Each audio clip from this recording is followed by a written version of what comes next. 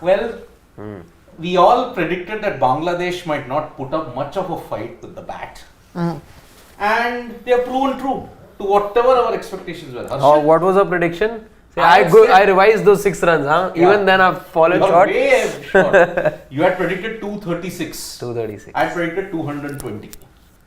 So they didn't get anywhere near. 204. My mic's not on. Why does it happen to be always? Now is it on? Yeah, 204. I'm 15 short. You're 32 runs short. Yet again, only 1 or 2 batters stepping up for Bangladesh. And I think... Just wondering what was a bigger gaffe, that or the batting performance? That. Anyway, see, from Kolkata to Dhaka, it's just 30 minutes per flight. They're not going to go again and again, no? They will go. No, they have 2 more games. If Shakib can do it, why not? For Bangladesh, this is an important game. Not because they're going to qualify for the semi-final, which even they know they're not going to. What we heard before this match, them talking about finishing in the top 8 to qualify for the Champions Trophy that is to take place in Pakistan. Pakistan, on the other hand, don't have that worry because they are the hosts, so they qualify. So for Bangladesh to be finishing there, they needed to do well today. That hasn't really happened. And we want to spend more time talking about Pakistan, but before that, since we were on the subject of Bangladesh, I just want to know what is Mehndi Hasan Miraj doing at number 8? What He's the floater, no? No, but he was doing so well for you with the bat. I think you bought him at number 3 also in a game or 2. He's if opened I'm not also. mistaken, that he's done that well. And then what is he now being sent at number 8 for? I just can't understand. Mohammadullah, who when people were saying bat him higher up the order, they were not ready to bat him higher up the order. He had to come at the press conference and say that, there are certain things which I don't want to mention here. This is another platform. As soon as he says that, now you push him higher up. Also, he got 100 and was good today. So, it is like you're going for the World Cup. And while I agree that when you go to the World Cup, not everything can fall into plan. And you make minor tweaks here and there. But if you're going to be making the kind of tweaks that Bangladesh is making, it's a clear-cut signal that they had no clue what their best 11 is, what their batting lineup is, what they need to do when they come into the World Cup. Like, let me give you an example of Pakistan. They're also not having a great World Cup, but they haven't made dramatic changes, right? It's pretty much the same bowling lineup. You'll see a bowler here and there, Usama Mir coming in for Shadab or whatever, little bit batting. Sometime Fakhar Zaman is playing Abdullah Shafiq. There's minor changes here and there, no matter how well or bad you do. When a team starts doing the kind of things that Bangladesh is doing, where 8 can become 1, 1 can become 7, 7 can become 3, I mean anything is happening there, just tells you that they were a headless chicken getting into this World Cup. They were having too much of burjis. Scrambled thinking. Absolute scrambled thinking. I thought you got a list of what Bangladesh are eating, just as you made a full video on the exact food habits of Pakistan and what they have been ordering while they are there. No. They have been indulging in dollops of burjis, I'm telling you. Because the scrambled thinking, Mahmudullah today, okay, that worked. One part of it worked, pushing him higher up the order. But with Mehdi, what have you been doing for the past 4 months? Are you trying to establish him as a batter? Are you trying to establish him as an all-rounder? Are you trying to establish him as a bowler? What are you doing with it? Reminds me kind of, okay, not to such an extent, but you remember in the Chappell era, we tried making Irfan Pathan as a great batter and his bowling dipped. Somewhere down the line, you may see that same thing happen with Mehdi Hasan. No, this is a team which has no idea what they're supposed to be doing, which is where they are. But let's talk about Pakistan, and I think that's going to be our focus because there is a turmoil in Pakistan cricket at the moment. This game is very important, though I doubt that Babar's captaincy is going to be saved irrespective of what happens from here on. I think it is pretty much decided, done deal with all the noises that are coming out of the PCB and Pakistan cricket in general, that it's done. But he himself would want to be a bit vindicated, finish on a high. There are a lot of people who are supporting him, whether it's the media, a lot of fans are supporting him. So he'd want to finish on a high.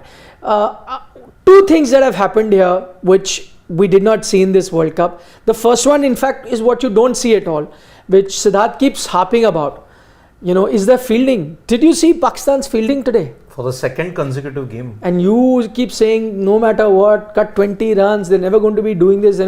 Today Pakistan's fielding. So it kind of, if I'm trying to look for reasons why they would have done well, the only one that I can think of, since you say since creation, fielding has always been an issue. The only one that I can think of is all the commotion happening back home. That's the only thing that could have fired them up to have given this performance. Though, as I said, it's come a game or two too late.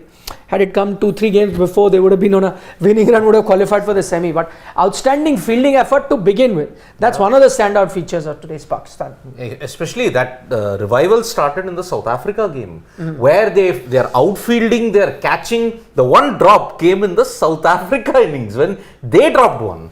Pakistan fielding proper, catching proper. Today, Usama Mir, the catch that he took, fantastic catch. And even the ground fielding.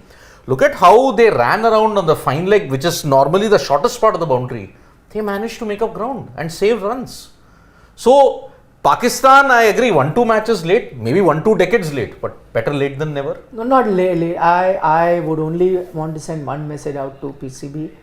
Guys, you did, and what you wanted to do has had a desired effect.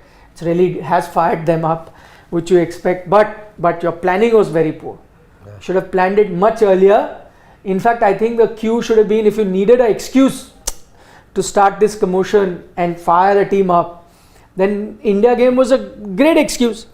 Because losing to India, you don't need to lose many games for you to, start sending rumors out and team rifts and this problem, conflict of interest, messages being leaked. All of this should have been done a few games earlier. That after India's defeat, if you had started, after that, they would have been on fire. Right now, they would have been in the contention for top 4, which mathematically they still are, but I don't see them really make it. But what really has come to the fore, one is the fielding, they're bowling. And we've often said that when Pakistan bowls like this, just as they did today, at 1 point 23 for 3 Bangladesh, that's the Pakistan. Every game, if you've seen, whenever you built up for the India game or Afghanistan game, all the other games that Pakistan has played, they won the Sri Lanka game, but all other games that they've played, you used to say, okay, what's the one way that Pakistan can win? You'd say, oh, Shaheen Afridi has to pick up those quick wickets up front, and Haris has to support him by picking another wicket or two. Exactly, that blueprint happened exactly like that, and that's when you get to know that this is just as Afghanistan has found a template that theirs is get 270, 280 somewhere there and let your bowlers do the job, choke the opposition, you win. They won 3 games like that. Pretty uncomplicated strategy where they've decided. Similarly, Pakistan's strategy is very uncomplicated in that sense. They shouldn't try and do anything else. Their bowlers pick up quick wickets. That's when you can beat big teams. Though many will point out that they beat Sri Lanka chasing a very high total. Yeah. But that was an anomaly. That's a rarity. But they even need to win this like works, this. again, we were talking about it while we were building up to this match, that somehow whatever Bangladesh would have tried would have fallen short, because again, they're not the team who can post some more imposing totals. So anywhere the 270, 280 bracket that you mentioned works well for this Pakistan side, who are also very happy chasing anything below 300. So they were always going to be catch up with their best effort also. Who says Bangladesh can't get 300? On a given day, they should. See, that's what I'm saying. There's a lot of confusion. Exactly. But if you look at that Tanze, then Litton, and then go on from there, you've got, Mushfiqur. I'm talking about experience. You've got Muhammadullah, Shakib himself, Shanto on certain occasions has got you runs. Mehdi, Hridoy showed you that, youngster. So I'm saying, if you look at that batting lineup, there's nothing to suggest that they can't get 300 plus. Just that today Pakistan were good, but having said that, you're saying even if I was to take that assumption that Bangladesh is the 270 side, let's say, today the conditions are very different. Is it the first game at Eden Gardens? Second game. Netherlands, Bangladesh. But what Eden Gardens is telling you, as you expected, that this will be a place that will help seam bowling. That will help, it'll give you swing. Today for Pakistan, there was swing early on, which they made full use of, and there was reverse swing later. Yes. So which is completely up the alley of a Pakistan team, is what they like. So I'm just saying, if today in certain conditions like this, if you got 270, 80, and if Bangladesh bowled well, You never know. You could have been in the game. But again, it was 270-80 in ideal batting conditions where I expect them to again. And given what we've seen, the sample size of 5 matches that they've played so far, 6 matches that they've played so far, whatever we've seen, we've not seen them cross 300 so often. We've not seen their top order perform. At times, if Hridoy is giving you runs, then Rahim won't. Rahim scored those 250s. After that, it's been a dry spell for. Just going into the match as well, and it's played out exactly to the expectation, rather a little below par to that as well, because 204 is not challenging this Pakistan side, whatever Bangladesh try over here. Yeah, but it's not. And also the other thing, I don't think this is a place which is helping spinners at all. In fact, at one point I was thinking, why do they? I think both Osama and as well as Iftikhar, they bowled their quota of full 10 overs. They did. Yeah. So both bowled quota of 10 overs. But that's what I was wondering. I don't know. And maybe sometime we're being a bit harsh on Babar. Again, today was a day where he should have tried to have got his fast bowlers to finish earlier. Because they had them on the mat. If you look at it, you were saying 204 not enough. I mean, at 140 for 6, I would have said don't let them go more than 170. At that stage. Correct. But you allowed them to reach 204. There was a bit of a partnership there. Towards the ladder half. Shakib Mahmudullah. Shakib taking apart Iftikhar. Remember, 3 consecutive boundaries, and that kind of eased the pressure. But who got them back in it? Shaheen and Mohammad Wasim Jr. Which is why I'm saying, I wonder whether that criticism that came their way when he bowled his fast bowlers pretty early in the previous game, which you could understand, and then Nawaz gave away the winning runs. But that was a strategy he should have used. I thought that was fine. Because at that situation, what do? You're chasing for against South Africa, your last 2 wickets. You have to allow your best bowlers to do it. There's nothing. It's not a game which is going to go to the last over, and the game is based on required run rate and not on wickets. When it's a scenario like that, then I understand where you have to balance it out, when to bowl the spinners, when to get your fast bowlers, and you have to keep a few fast bowlers at the end. That game, there was no chance if it goes to the end that South Africa is not winning. So that game you had to get wickets, no option. So he bowled the fast bowlers. I completely agreed. I know there was a lot of criticism that came Babar's way, which was wrong if you ask me. He had to bring in the spinners sometime or the other and use the fast bowlers up front. They could not, who knows, they could have got that wicket as well had it not been for that umpire's call. That strategy would have paid out. So he did the right thing. But I guess that, this is what happens. When the criticism comes, that's in your mind. Today you're thinking, you're in a similar situation, but you're thinking, no, why should I, finish my fast bowlers? I have to balance. Let me finish my spinners earlier and towards the death. Arey Baba, but don't look at the death. Bring in your fast bowlers, finish them off, get them all out. If you cannot, and you have to bowl the last 4 or 5 overs with spinners, then so be it. I would have, I liked his previous strategy, and I would like to have continued that previous strategy. Somewhere down the line, I don't know why there has always been a conservative approach in not playing Mohammad Wasim Jr. very frequently in the lineup. Because I agree, okay, Hassan Ali, you suddenly got him out of the blue, but you had one solid performer in Mohammad Wasim Jr. His slingshot kind of round armish action ensures that he can get you wickets in the death when there's reverse swing on offer. In the power play, he can get you that early swing. But Pakistan have been very, very conservative. I can understand why he would have to sit out if Naseem Shah was there. Yeah. But even when Naseem got injured. But Hassan came ahead of him now. Why Hassan? You are again going back and a guy who was not even in the squad. Hassan was earlier drafted, not. Yeah. That's what I'm saying. So you could have gone with a guy who was in the squad. I think again the experience factor, which is why you named Hassan in the first place. But then you shouldn't have picked Mohammad Wasim Jr. Gone for the experience and brought in a Hassan Ali. But every side's done that. No, not just again. Let's say there was Gus Atkinson as well, but was he played so often? No. But has it worked for England? It's not. I'm just saying naming. So then see that and learn. It's not worked for them. Let's not do it. Because see, what was the issue if Naseem, how was Haris Rauf prospering? Shaheen and Naseem were giving you early wickets. Is it any coincidence that when Shaheen has not picked wickets regularly, Naseem got injured, Hassan Ali was not getting you that many wickets, Haris has struggled? Is it any coincidence? No. Today, look at the blueprint. Shaheen got you early wickets. Mohammad Wasim was keeping the pressure up. Haris prospered. Although first over went for 16 runs. But he bounced back. You need early wickets only then Haris Rauf can be effective. Otherwise, look at what happened against Sri Lanka. Look at what happened against Pakistan. Look at what happened against Australia. When the early speedsters were torn apart, Haris was ineffective. Today, he found his line and length because Shaheen maintained the pressure and Mohammad Wasim was maintaining the pressure. And towards the death, he almost got you that game against South Africa had he not bowled those 4 wides. But that was his first game. But that's what the inexperience I'm talking about, which is why Pakistan, and I don't hold that against them, to be bringing in somebody like a Hassan Ali. Because you want experience. No, but I'm saying fine. That's why they got him. Yeah. But then you should have played him, na? You should have played him only. Don't see. I'm assuming, let's say for India's case that way, you only got Ashwin when Akshar was injured. Okay, and now also Ashwin is your third choice spinner only. You play Jadeja and Kuldeep ahead. It would have been strange had Ashwin come in and started playing ahead of Kuldeep. You would have said, that if that was the case, then you should have had him ahead of him only.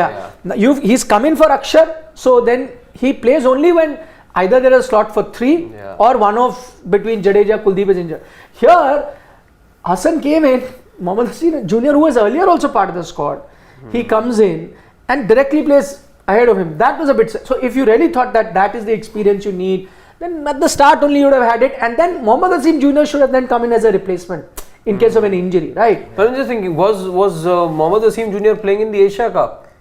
No, he couldn't get a Exactly, he wasn't first choice either. But there was no Hassan Ali either. No? Exactly what I'm saying. So Hassan didn't come and replace somebody who was in the 11. He was actually competing with someone who was also, let's say, bench, warming the bench. He did play Wasim Jr. played the game. Na? So what I'm saying is, you're playing with your 3 best. Naseem, Haris and Shaheen. And Wasim was number 4. Exactly. So what? That's exactly what I'm saying. So now, as soon as there was one of them was not available, Haris Rao got injured, Wasim was the guy you went with. Correct. Right. So in your pecking order, Hassan Ali wasn't even there. Correct. So now he only comes in from the outside. Then ideally, what you do is, as soon as Naseem goes, then Wasim Jr., who had been replacing, comes in, and then Hassan waits and comes. But here, this is paratrooping, now what we then discussed. So he came in paratroop, which now in hindsight seemed to be, though Hassan Ali, I must say that even though when he came last moment, didn't do that badly. So clearly showed that his experience counted. But if you were not going with him on a regular basis and going with Mohammad Wasim Jr., then there was a reason. And if that reason was there, then you should have played him in the 11. He did play in the Asia Cup. That one game against Sri Lanka. Because Haris and Naseem both got injured. Yes. So that's why Mohammad Wasim Jr. And he didn't have a good game. And Zaman Khan was trusted with the last over, remember, against Sri Lanka. But Zaman also played that one game. And Mohammad Wasim Jr. is a decentish bat. He's a tonger. He's not in the mold of, say, your perfect number 8 or number 9. But he's a decentish bat also. So that is why Pakistan, I think, from the start of the tournament, missed a trick in their bowling combination. I think they should have persisted with Mohammad Wasim Jr. because I see the potential in him in death bowling. And also in the power play. He can dry up the runs. And when the ball is old, reverse swing. Look at each and every wicket. Man, 142, 145 reverse swing. Deadly. Swal hai?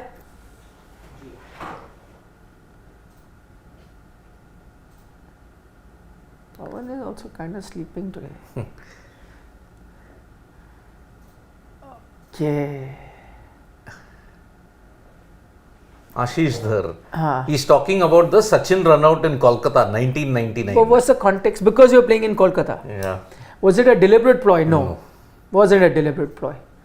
I don't think he saw him. And if you see Sachin, I think reached and then because of the bump, then came out. But it wasn't a deliberate ploy. I remember that. I know there was a lot of hangama and the game had to be stopped. The crowd went crazy because of that. But it wasn't a deliberate ploy at all. 2 years. You can point a finger at Shoaib Akhtar for a lot of things, and rightly so. But I'm afraid that's not one of the reasons where you can really blame him. I think it was just a cricketing incident. Happens. It was. But 96 to 99, Eden Gardens will not look back at it with fondness. I mean, 96, the same incident happened, bottle throwing, fans set the stands on fire. Then 99, yet again, out of 1 lakh in that attendance for that India-Pakistan test match, only 15 or 20 were left. Because one couple insisted, I bought in tickets, I'm not going to go. They withstood the police lathi charge and everything. Since I've seen a lot of games at the Eden, By the way, it's also a custom there, which I've seen quite often. Not just at Eden, by the way, even at the Salt Lake Stadium, which is their football stadium. I see a lot of football games. That they burn a mashal kind of a thing at the end of each game. So that's a custom. But then that's rather peaceful. But sometime when they were losing, or those two incidents about the pitch, the way it was behaving, and then later the 99 that Sachin Tendulkar's run out, when those two things happened, then that same mashals were being thrown onto the ground, which usually, as I said, is a common feature after every game, especially if the home team has won, they do it. And even for a lot of East Bengal Mohun Bagan game, I've seen that the fans do burn it at the end of the game to celebrate their team's victory. But the other thing that you know with Kolkata fans is that they're passionate. So they are extremes both ways. They love their sport so much that victory they'll celebrate next level. A loss also they will take it to another level. Exactly. Which happened. And that's why for the longest time, where most other grounds you've done away with the fences and now have an open view of the ground. There are no fences of the throwing issue. But Eden for the longest time had that. I don't know if they've removed it now or they still have it.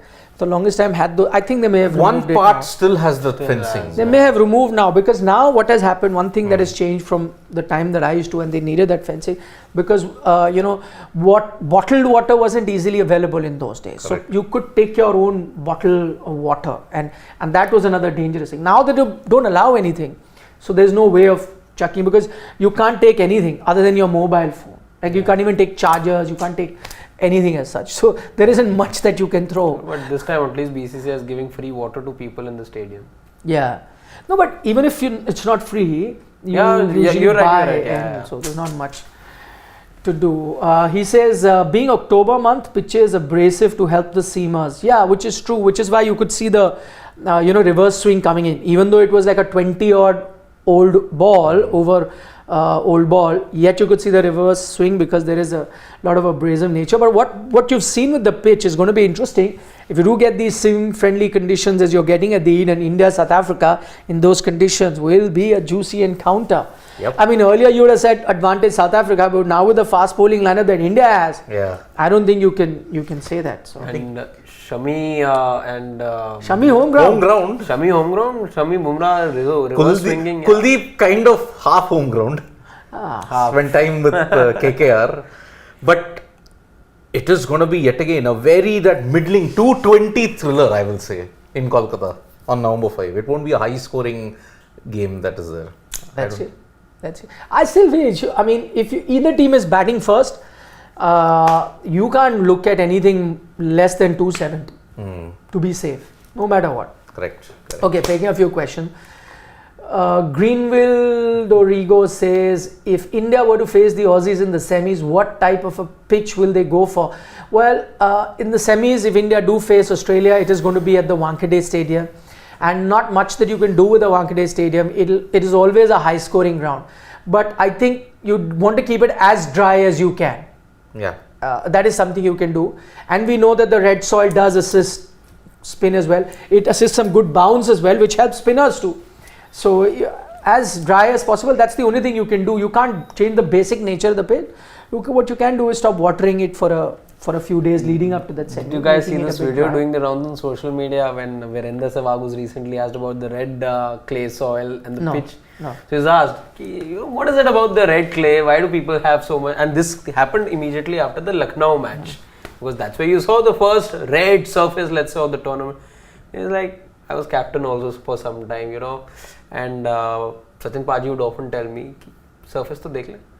कह रहा यक लाल नीला पीला हरा काला रंग से कोई मतलब नहीं मेरे को मैं जाता था खेलता था बॉल देखो मारो फंडा used to be simple कभी That's why I said the other day in the show, like when you were talking about pitches and I said Rahul Dravid goes, so it's certain people have the knack of reading pitch. Some have played, so it's not about how much cricket you've played. Some have played cricket for years but just generally do not have the knack of reading. They just react to how the ball is behaving on that day. So they'll see a few balls and then adjust. Okay, this one's sticking a bit. This one's really flying off the pitch. This one's a bit dry. They'll just see a few balls and with the way your timing is going, understand it and then adapt accordingly. Some people can just spend hours reading and then pre-decide what I'm going to do, what my approach is. But both approaches, I think, have the pros and cons. You go with a clear mind. You not going in with a preconceived notion is also good. You adapt. But it's also your ability. Like for example, if you can't read the pitch, you have no option but to react. I mean, for example, Dravid, I would remember, meticulous reader of the pitch, would plan, would do this, but sometimes he would get bogged down if he can't score. Sehwag, on the other hand, I don't care about the pitch, but even he would play a rash shot and get out. Of course, many a times. But Viru, legend. The man who can reach his double hundred, triple hundred with a six, you think he'll be faced by anything? Siddharth has a very interesting comment. He says, poor Eden crowd hosting two boring Bangladesh games. Back to back. But I tell you why. Third time, I understand the reason why they're doing it. It's so closer to home. And this is one thing that I see. But that there is यहाँ से थोड़ा ना विदाई है. नहीं विदाई नहीं है, but there is an affiliation that there is a Bengali. There is some of the players, in fact, they say that it feels like home. Yeah, because see, there is there are also communities. Like I'll be honest, and I don't want to mince my word. A lot of places you see, doesn't matter what your ethnicity is, you are sometimes divided by religion. Right, a lot of people, and you tend to, even if it's a different country, you do see allegiance based on religion. Bangladesh and Bengal is one thing where it is not so much different religion. It's because you're Bengali. Yeah, that love language. is there. So, for example, I know, and I've traveled to Bangladesh. Saurav Ganguly is massive star in Bangladesh. Yeah. Yes. Because they relate to him. Because he's a Bengali. There's no religious divide there. So for them, he is one of their own. Yes. He is Bengali, same kind of customs they have, whatever. Same with Shakib will get that kind of love, because the language and their customs are pretty much the same, eating habits and so on and so forth. Like Shane would point out, I mean, Shakib is a regular in the Durga Puja pandals that's there in Kolkata. So he's a big fan. There. So it's like, I mean, it's pretty, that Bengali bonding is there. So I'm sure the Bangladeshi team would be happy there. I'm sure folks in Kolkata are happy hosting them. So whichever way you look at it, it's a win-win. Although I never understood their Bollywood preference. Chunky Pandey is a massive star in Bangladesh. Yeah, because he must have done Bengali films. Huh? I don't know. Yeah, he must have done. So he's done? Yeah. That's how. Now he must be watching a lot of Bangla movies. Wow. Yeah. The route. And I mean, just to talk about, the biggest example is that their national anthem is written by Rabindranath Tagore, yes. In that sense. Correct. Sarat Chandra is saying you are watching less of Mohammad Wasim Jr. He leaks a lot of run. So see the Asia Cup matches. I know, which is why. But that was his first game and only game that he played. Prior to that, he's been pretty decent for Pakistan. Yeah. But yet they don't play him on a consistent basis. That's why I don't understand this logic of theirs. Final question from Sachin Kashyap says Bangladesh batting was miserable and Pakistan batting in chase is doubtful. 70-30% in Pakistan's favour if Babar and Boy show some game awareness. I agree. It's not a done and dusted game, but I would go 70-30 or 80-20. I don't know. 80-20. I mean, if this was 300. But if a team can mess this up, it is the team that is chasing. It is. I've done it already like plenty of times in the World Cup. Although back to back. I don't see today, I don't think they're shooting themselves. Yeah. Although when they have chased, they have had okayish success. I mean, they chased down 344 against. It was gone. Yeah. Net run. Shanto missed with the run out, and that to Abdullah Shafiq, who's one of the batters who I think will be able to adapt to the swinging condition. Exactly. How fast Pakistan should bat to improve their net run rate? Ashish Dhar, no idea. Hopefully in 35-40 overs, so that the net run rate improves. Oh, he was a goner. He was a goner. Not even in the frame. Okay, let's call it. Yes. Chalo, let's see you. We'll see it at the end of the match. Yep. Till then, take care. Bye bye. Bye bye, Nandri.